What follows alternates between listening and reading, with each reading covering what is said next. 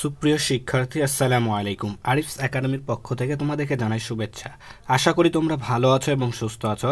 আজকে আমি তোমাদের গণিত বইয়ের পরিমাপের তৃতীয় পাঠের অংশ সময় নিয়ে আলোচনা করব, ঠিক আছে? তো চলো তাহলে শুরু করা যাক।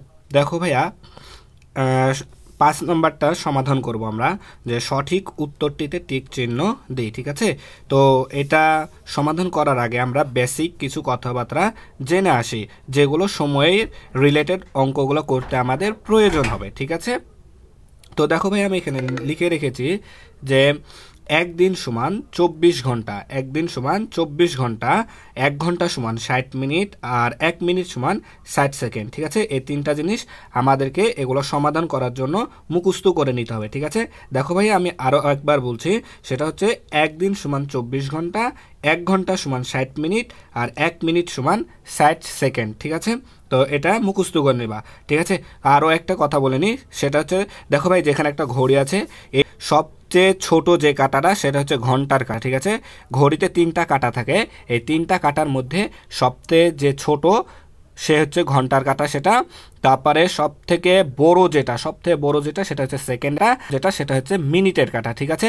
এই 3টা আমাদেরকে ভালো করে খেয়াল রাখতে হবে, ঠিক আছে? তো দেখো, এখন আমরা সমাধান করব 5 নাম্বার। দেখো, সঠিক উত্তরটিতে ঠিক চিহ্ন দিই, ঠিক আছে? দেখো, 1 নম্বরে বলছে যে ঘন্টার কাঁটা মিনিটের কাঁটার চেয়ে ছোট অথবা বড় কোনটি হবে? আমি এখনই বললাম যে ঘন্টার কাঁটা মিনিটের কাঁটার চেয়ে কি ছোট, তাই আমাদেরকে এখানে টিক চিহ্ন দিতে হবে, ঠিক আছে? হ্যাঁ। তারপরে 2 নাম্বার বলছে মিনিটের কাঁটা একবার সম্পূর্ণ ঘুরলে, মিনিটের কাঁটা একবার সম্পূর্ণ ঘুরলে কত মিনিট হয়? তাহলে 30 মিনিট হয়, 60 মিনিট হয়। তাহলে মিনিটের কাঁটা সম্পূর্ণ একবার ঘুরলে 60 মিনিট হয়, ঠিক আছে? তারপরে 3 নম্বর দেখো, বলছে ঘন্টার কাঁটা একবার সম্পূর্ণ ঘুরলে 1 ঘন্টা হয় না 12 ঘন্টা হয়? ঘন্টার কাঁটা যদি এই সম্পূর্ণ ঘড়িটা ঘুরে তাহলে হয় আমাদের 12 ঘন্টা, ঠিক আছে?